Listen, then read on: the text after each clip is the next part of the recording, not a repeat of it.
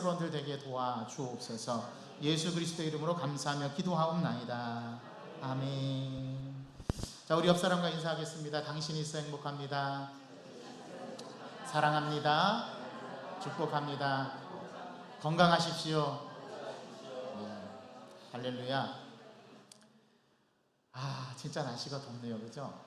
이렇게 에어컨을 빵빵하게 틀어도 27도입니다. 그 아래로 안 내려가요. 진짜 날씨가 덥긴 더운가 봅니다. 그럼에도 불구하고 하나님께서 저와 여러분들에게 힘 주시고 능력 주시고 살아갈 소망을 주실 줄 믿습니다.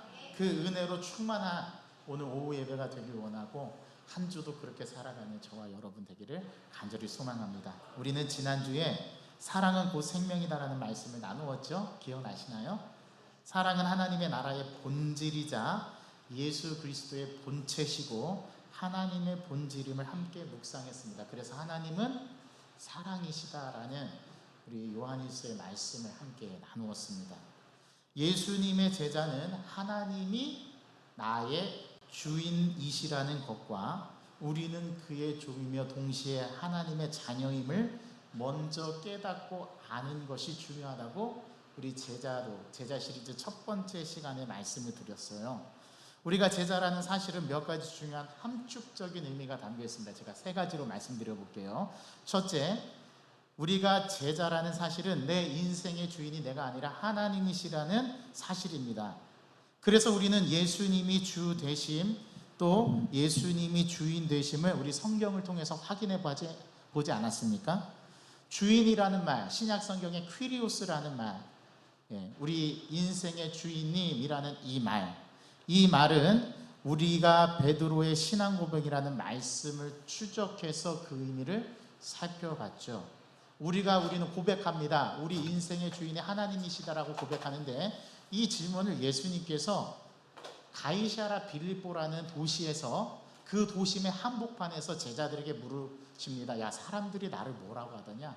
그랬더니 어떤 사람은 엘리야라고도 하고 선지자 중에 한 사람이라고도 하고 예레미야라고도 하더이다. 그때 주님께서 그 황제의 도시에게 바쳐지고 황제를 숭배하는 그 도시에서 한복판에서 주님께서 제자들에게 물으시죠. 야, 사람들의 대세는 저리 치우고 그럼 너희는 나를 누구라고 고백하느냐? 라고 얘기했을 때 제자 중에 베드로가 톡 튀어나와서 주는 그리스도시요 살아계신 하나님의 아들이십니다. 여러분, 이 고백의 의미는 당신이 내 주인입니다.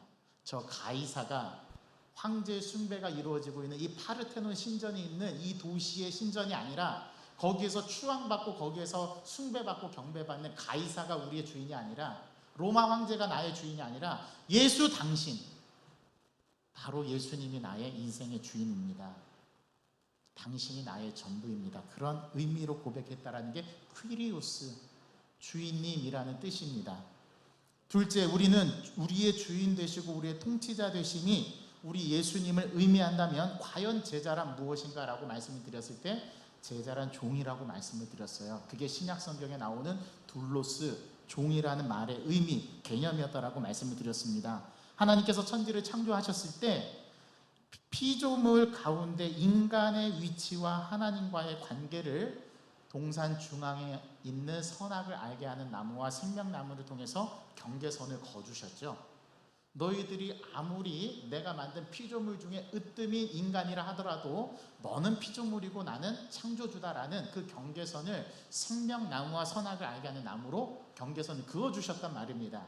그리고 하나님께서 그들에게 말씀하셨어요. 너희들이 모든 거는 다 먹어도 되는데 이 동산 중앙에 있는 나무의 선악을 알게 하는 나무의 열매는 먹지 마라. 이거는 경계선을 지어준 겉으로 보여지는 표식이었죠. 그런데 인간이 어떠했습니까? 인간이 이 경계선을 침범해서 나도 창조주가 되겠다고 하나님과 같아지겠다고 뱀의 유혹을 받은 하와가, 여자가 먼저 그것을 따먹고 남자에게도 줬죠. 그래서 하나님의 관계가 깨어져 버렸습니다. 그래서 인간은 죽을 수밖에 없는 존재가 되었죠. 죽을 수밖에 없는 존재가 되었을 때 혹시나 하나님이 생명나무의 실과를 따먹고 영생할까 해서 생명나무를 쫙 감춰버리십니다. 그리고 에덴 동산에서 쫓아내시죠. 그래서 인간이 하나님의 낙원인 천국에서 쫓겨나는 신세가 되었습니다. 이게 하나님과 우리의 관계에 틀어진 부분, 이 문제가 발생하게 된 거죠. 그래서 하나님은 이 문제를 어떻게 해결하셨죠? 이 문제를 예수 그리스도를 이 땅에 보내주심으로써 해결해 주셨습니다. 그래서 우리는 죄로 죽을 수밖에 없는 죄의 종이었는데 거기서 건져내셔서 사랑하는 하나님의 아들의 나라로 다시금 위치를 옮겨주셨죠. 신분을 변화시켜 주셨죠. 죄의 종으로 옷으로 입었던 우리가 죄의 종의 신분에서 의의 종으로 그렇게 우리의 신분을 바꿔주셨죠. 우리는 죄의 종에서 해방되어 새로운 신분인 그리스도의 종으로 다시 태어난 것입니다. 이게 종이라는 말의 의미입니다. 우리가 이 모든 것을 통해서 확인한 것은 제자라는 것은 예수 그리스도의 제자를 말하고 그것은 우리 모두가 나 자신의 주인됨을 포기하고 그 주인의 자리를 하나님께 본래대로 돌려놓는 것, 이게 주인 퀴리오스라는 말의 의미고 우리는 그분의 자녀이면서 동시에 예수의 길을 함께 가는 종이라는 사실을 툴로스라는 개념으로 설명을 해주셨던 겁니다. 그리고 자녀로서 천국의 모든 것을 상속받는 하나님의 자녀, 새로운 신분이 되었어요. 그런데 여기서 우리가 한 가지 잊어버린 사실이 있습니다. 내가 하나님의 자녀여서 하나님의 나라를 모든 것을 다 상속받는 상속자가 되었습니다. 법적인 상속자입니다. 아버지가 죽으면 그의 재산이 아들에게 상속이 되죠. 이 상속, 하나님의 나라를 우리가 상속받을 수 있는 자격이 주어졌다는 겁니다. 그런데 우리는 한 가지 똑같은 동일한 하나의 반대 명제를 잊어버리고 있었어요. 그 천국이 나의 소유라면 나의 모든 것도 동시에 하나님의 것이라는 것, 우리가 이거 잊어버렸어요. 그래서 천국은 나의 것이라고 인정하면서도 나의 모든 것은 주님의 것이라는 것을 인정하지 않는 그런 반쪽짜리 제자가 되어버렸단 말입니다. 셋째, 종이 된다라는 사실에 우리가 많이 놀라고 겁을 먹었죠. 내 것이 다 주님의 것이구나. 주님이 달라 하면 드려야 되는 거구나. 그래서 겁을 먹으신 분들이 있어요. 그래서 제자됨을 포기하는 분들도 실제로 있습니다. 예수를 믿다가 예수님을 떠나는 사람들이 있어요. 그때 우리 주님께서 많이 겁을 먹고 도망갈까봐 우리 주님께서 한 가지 안전장치를 두셨습니다. 사실 종이 된다라는 것은 우리가 호흡하는 것과 같다라는 비유를 말씀드렸죠. 사랑은 그리스도인의 생활에서 나타나야 할 미덕 가운데 하나가 아니라 사랑 그 자체가 그리스도의 종의 삶이요 복음의 삶이라는 사실을 2주 동안 오후 예배를 통해서 강조했습니다. 그래서 우리가 제자라는 사실은 숨을 쉬는 것 같다, 호흡하는 것과 같다. 하나님 나라의 산소 탱크는 바로 사랑이다라고 말씀을 드렸습니다.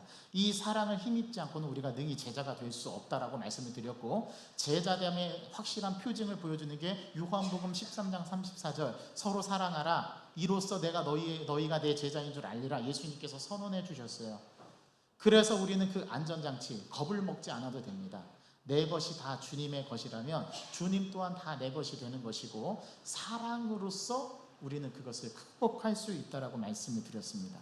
그래서 사랑은 소중한 것 가운데 하나가 아니라 소중한 바로 그 자체가 사랑이라는 인식의 전환이 필요하다는 것도 말씀을 드렸습니다.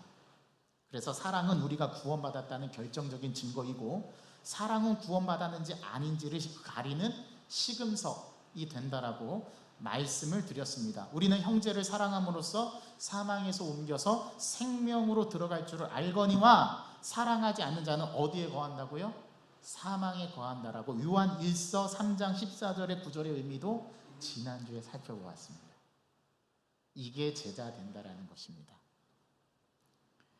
형제를 사랑하는 것이 주님의 제자라는 증거임을 요한복음 13장 34절 35절에 가르쳐주지 않았습니까? 그래서 오늘 우리는 마태복음 본문의 말씀을 통해서 진짜 제자가 된다라는 것의 의미를 한 단계 더 깊이 생각해 보려고 합니다. 이제 조금 어려워질 겁니다, 여러분, 이 개념이. 그런데 다 이해할 수 있습니다. 여러분 귀를 쫑긋 세우고 한번 이 말씀을 들어보시기 바랍니다. 먼저 우리가 주님의 제자가 되기 위해서 제가 이 말씀을 드리는 게 아니라는 사실입니다. 우리는 이미 주님의 제자라니까요. 여러분 제자가 되려고 노력해서는 안 돼요. 우리는 주님의 이미 제자가 되었습니다. 그러면 우리가 앞으로 할 일은 주님의 제자가 되기 위한 방법이 아닌 주님의 제자로서 삶을 살아내는 것을 배워야 해요. 제 말씀 이해되셨습니까? 인식의 전환 가져오셨나요? 제자가 되기 위해서 여러분 지금부터 노력하시면 안 돼요. 저와 여러분들이 이미 제자인 것을 선포하고 이미 거기서 베이스부터 시작을 하는 겁니다. 그렇다면 우리가 해야 될 일은 부름받은 제자로서 어떻게 삶을 살아내야 하는가가 중요한 포인트가 되어야 한다는 것입니다. 우리가 기억해야 할 것은 저와 여러분들이 주님의 제자가 되기 위해서 노력해야 하는 것이 아닌 이미 주님의 제자로서 삶을 어떻게 살아가야 하는지 포인트를 두고 무게중심을 두고 살아야 한다는 것입니다. 이것은 내가 선택해도 되고 안 해도 되는 나의 문제가 아니라 이 문제 자체가 이미 나에게 주어진 것이기에 우리에게는 선택권이 없고 오직 선택받은 자로서의 삶을 살아가야 하는 중요한 삶의 문제만 남아있다는 겁니다. 이걸 우리가 고민해야 돼요. 아, 그렇구나. 내가 주님이 되기 위해서 노력해야 되는 게 아니라 나는 이미 주님의 제자이고 그렇다면 제자로서 어떤 삶을 살아가야 할 것인가가 나에게 중요한 삶의 문제구나 라는 인식의 전환을 빨리 가져오셔야 된다는 겁니다. 저 여러분들은 주님의 자녀라니까요. 그렇죠? 자녀는 자기 자녀됨의 정체성을 의심하면 그것은 내 부모가 아니라는 것과 동일한 말이에요. 너는 내 자녀가 아니라는 말과 동일한 말이에요. 우리는 그것에서부터 베이스를 출발하는 게 아니라 나는 하나님의 자녀고 나는 주님의 제자인 게 분명하고 그렇다면 내가 주님의 제자로서 어떻게 삶을 살아가야 하는가. 제가 하나의 단적인 예를 들어보겠습니다. 여러분, 우리 믿는 자들은 어리석게도 성령의 열매를 구하는 게 아니라 성령의 은사를 구하려고 합니다. 제가 지금 중요한 표현을 드렸어요. 우리가 구해야 될 것은 성령의 열매를 구해야 되는데 성령의 은사를 구해요. 은사들 주신 것에 대해서는 감사해야 하지만 우리가 무엇을 강조하고 있는지 조심스럽게 성찰해 보아야 합니다. 예수님께서 결코 우리에게 너가 가진 은사들로 너를 알리라라고 말씀하지 않으시고 그의 열매로 그들을 알리라고 말씀하셨어요. 만약에 은사로서 우리를 평가한다면 우리는 은사를 구해야 되는 게 맞습니다. 그런데 주님은 우리가 맺는 열매로 우리를 안다라고 말씀하셨어요. 오늘 마태복음이 그걸 말한다니까요. 제가 드리는 말씀 아닙니다. 성경이 말하는 겁니다. 그것이 오늘 우리가 봉독한 마태복음에서 말하는 제자도의 핵심입니다. 제자라는 개념의 핵심이에요. 하나님의 자녀는 무엇으로 구별됩니까? 열매로 구별된다 이 말입니다. 이 말의 의미가 무엇인지 제가 한 예로 들어보겠습니다. 저는 어렸을 때 시골에서 자랐어요. 충청북도 보은군 마로면 관길이. 저는 리단위에서 살았어요. 얼마나 깡촌인지 아시겠죠? 제가 다닐 때는 도로가 비포장 도로였습니다. 버스가 다니면 먼지가 풀풀 날리고 옛날에 어떤 그 소설가가 기차도 전기도 없었다 이렇게 시작하는 소설이 있는데 수필이 있는데 그 수필과 마찬가지로 제가 사는 지역에서는 기차는 아예 없었고요. 버스만 지나다니면 먼지가 폴폴 날리는 비포장 도로였습니다. 저희 집 마당에는 큰 감나무가 한 그루 있었습니다. 저는 그게 감나무인지 처음에는 몰랐습니다. 그런데 저희 아버지께서 저 나무는 감나무라고 가르쳐 주셨습니다. 그런데 그해 가을에 감나무에 감이 열리지 않고 작고 시커먼 고염 열매가 열렸습니다. 그래서 저는 그 나무가 감나무가 아니라 고염나무라는 사실을 알게 됐죠.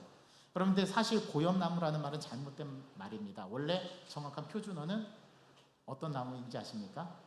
고용나무입니다. 고염이라는 것은 지방 사투리예요. 대부분 사람들이 고염나무인데 고염나무가 표준어가 아니라 고용나무가 표준어입니다. 사실 고염나무라는 말은 그 정확하게 감이 달리지 않고 감보다 아주 작은 엄지 손톱만한 굵고 감처럼 똑같이 생긴 열매가 열리는데요. 처음에는 주홍빛이 나다가 이게 익으면 까맣게 변해버려요. 그래서 그걸 고염 열매라고 부릅니다. 생긴 것은 거의 감나무와 같습니다. 잎도 나무 표면도 거의 감나무와 흡사합니다. 그런데 열매는 다른 열매가 열려요. 저는 그 고염나무를 보면서 아버지에게 그런 질문을 했습니다. 아빠, 왜 감나무에서 고염나무가 열리나요? 그러자 아버지는 본래 감나무가 아닌 고염나무여서 그렇다라고 저에게 말해주었습니다. 그때 저는 그런 어린 마음에 그런 궁금한 것이 있었나 봅니다. 그럼 고염나무에서 감이 열리기는 할 수 없나요?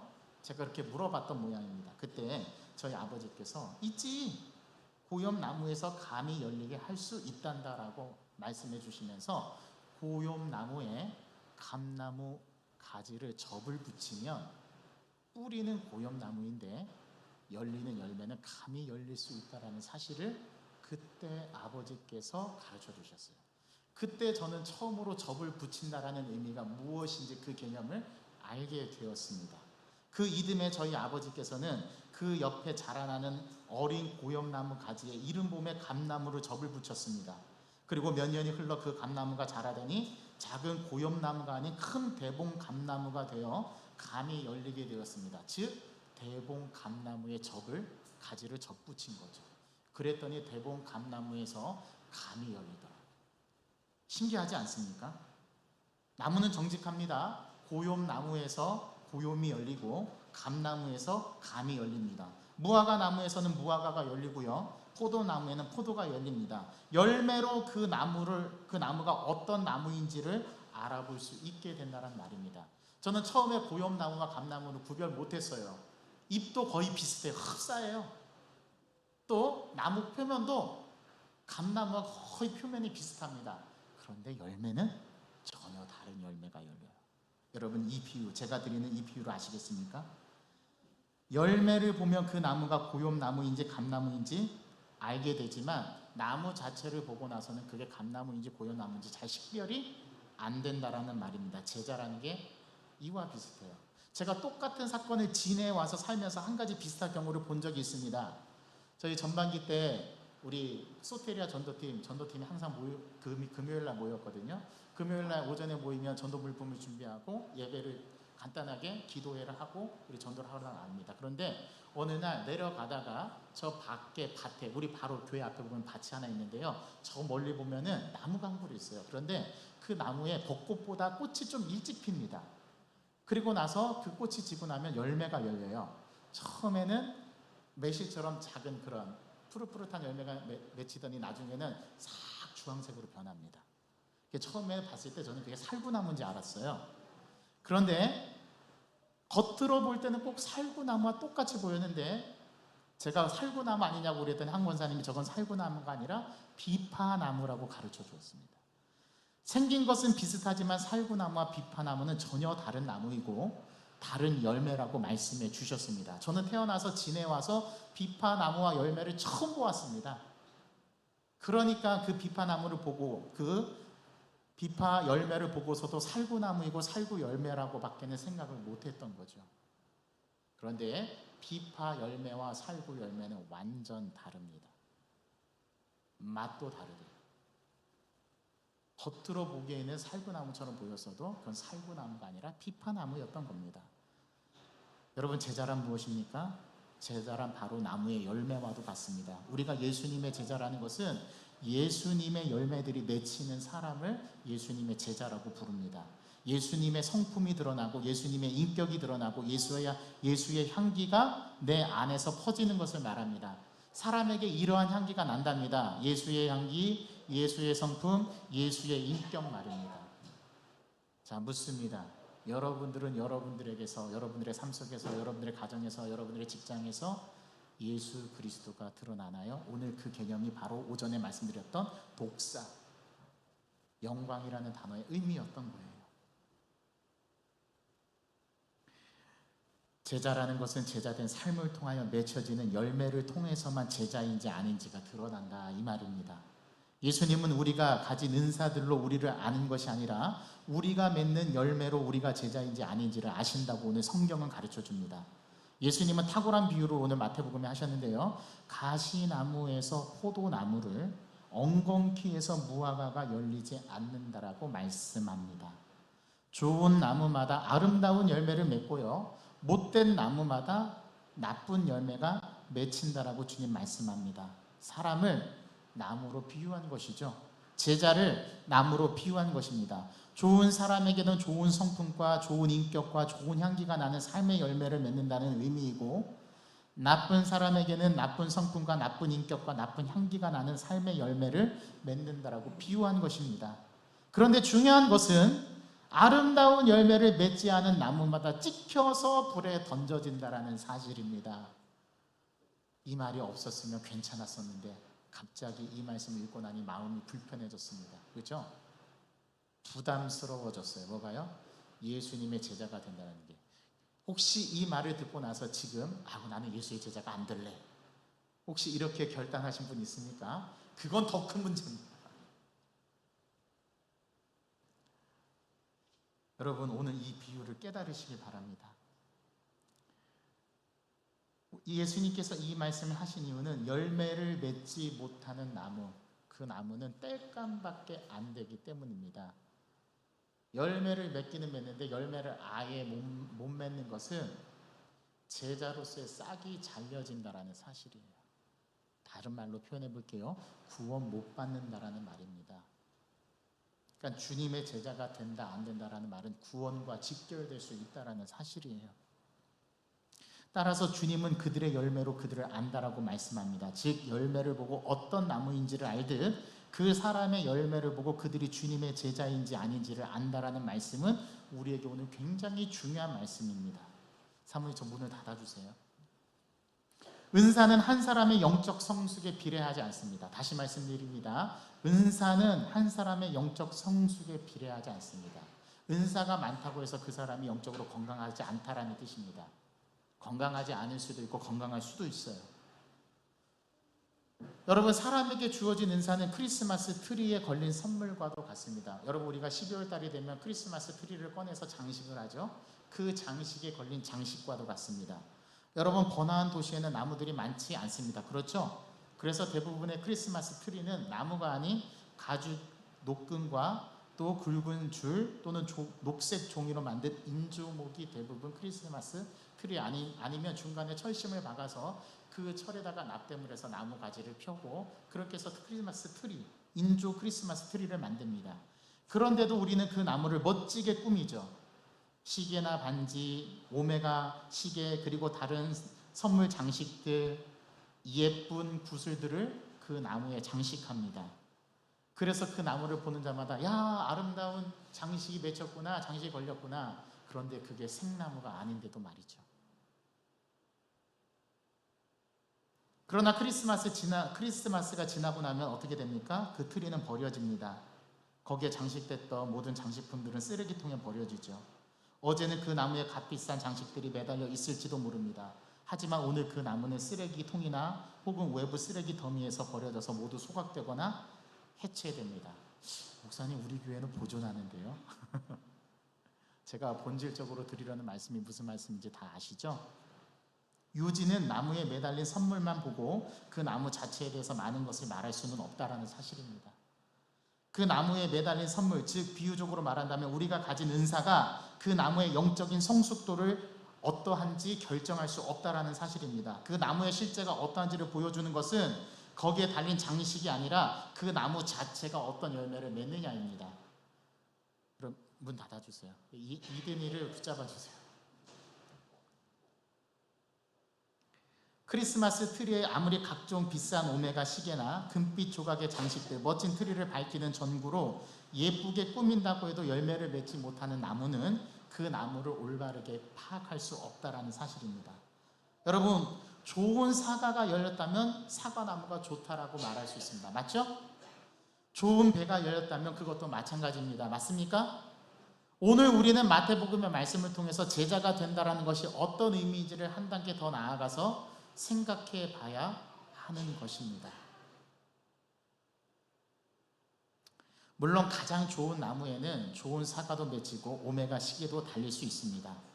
열매와 은사가 공존할 수 있다는 뜻입니다. 그러나 이것이 불가능하다면, 열매와 은사가 공존하는 게 불가능하고 딱 하나만 남아야 한다면 적어도 열매가 더 좋아야 한다는 사실, 여러분 아시겠죠? 은사를 받지 못한 데 대해서는 변명의 여지가 있으나 열매를 맺지 못한 데는 변명의 여지가 있을 수 없기 때문에 그렇습니다. 열매를 못 맺는 나무는 잘라 땔감으로밖에 사용될 수밖에 없습니다. 물론 크리스나무 트리 나무용으로 멋진 장식을 하게 할 수는 있어도 열매를 맺지 못하는 것은 변명할 수 없다라는 사실입니다. 만일 우리가 좋은 포도나무에게 너는 왜 아름다운 장식이나 반지가 내게는 없니? 너는 왜 금빛 조각의 장식이 없니? 라고 묻는다면 포도나무는 변명할 수 있습니다. 죄송합니다. 아무도 제게 반지를 달아주거나 금빛 조각의 장식을 달아주지 않았거든요. 라고 대답하면 그만입니다. 그런데 그 포도나무에게, 열매를 맺지 못하는 포도나무에게 너는 왜 포도나무인데도 열매가 없니라고 물으면 그 포도나무가 글쎄요 아무도 저에게 포도나무 열매를 달아주지 않았어요 라고 핑계할 수 없다라는 말입니다. 나무는 열매를 맺어야 해요. 열매를 맺지 못하는 포도나무는 온전히 보존될 수 없습니다. 열매가 없다라는 것은 제 몫을 못한다라는 뜻이기 때문입니다. 제자가 된다라는 것은 이만큼의 무게감이 있다라는 겁니다.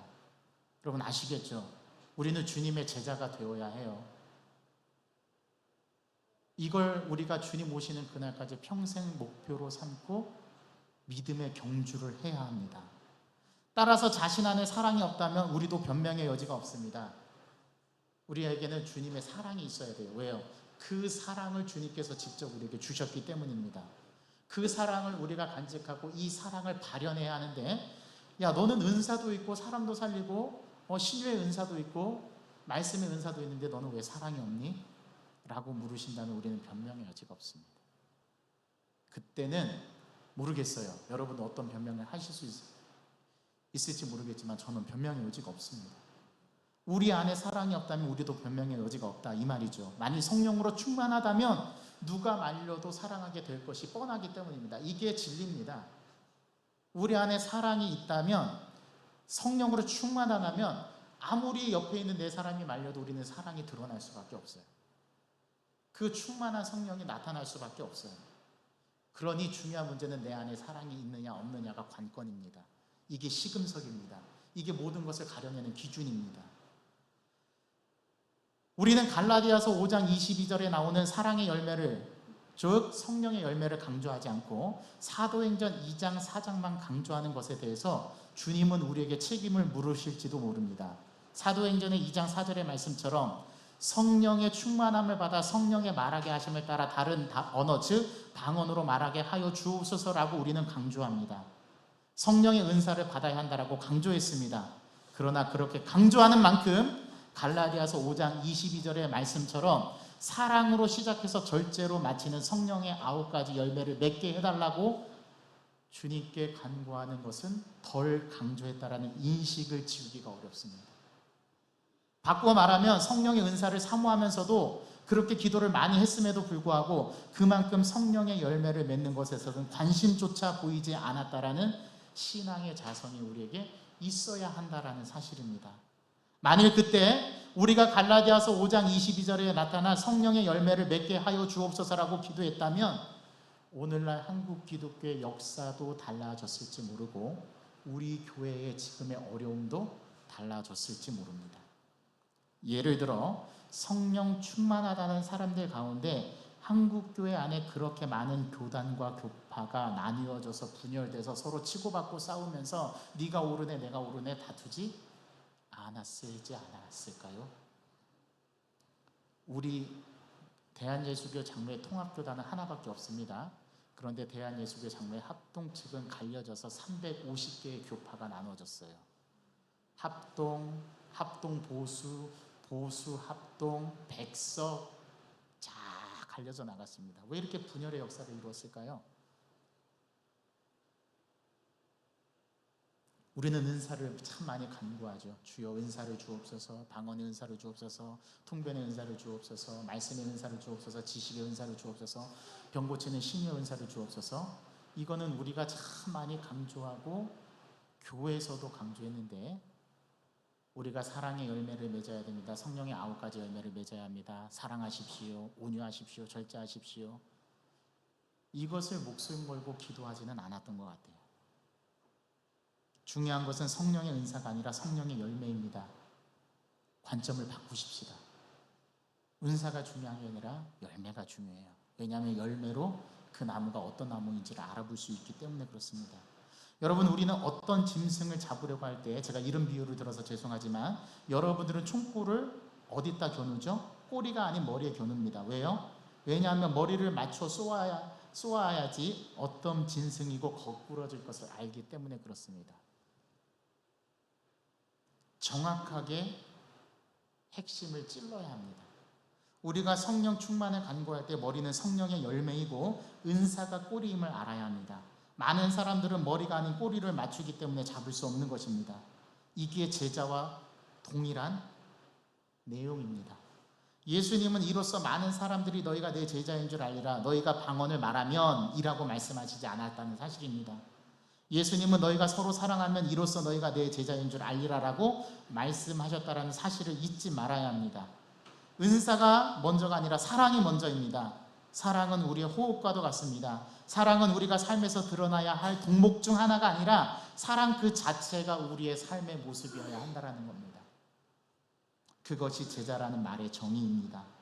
제자는 사랑으로 삶을 살아내어 나로 하여금 주님이 드러나게 만드는 사람, 예수의 인격을 드러내고 예수의 성품을 드러내고 예수가 어떤 분인지 향기를 날려줄 수 있는 사람, 자기는 사라지고 자기 안에 나타나는 하나님이 나타나게 하심으로써 하나님을 드러내는 사람, 이게 독사 영광입니다. 우리는 은사를 말한다 할지라도 나는 이 세상에 나의 제자됨을 말할 때 은사가 아닌 내가 얼마나 사랑하느냐에 하는 모습으로 알게 될 것이라고 말해야 한다는 사실입니다. 이게 제자도의 첫걸음입니다. 제자가 된다라는 것은 주님을 사랑하고 주님이 나를 사랑하시는 것처럼 나도 나를 사랑하고 그 사랑으로 내 이웃을 사랑하는 겁니다. 여러분, 하나님께서 뭐라고 말씀하시냐면 하나님을 사랑하라, 둘째도 그와 같으니 내 이웃을 누구와 같이 사랑하라고요? 내 자신과 같이. 그러면 누가 먼저입니까?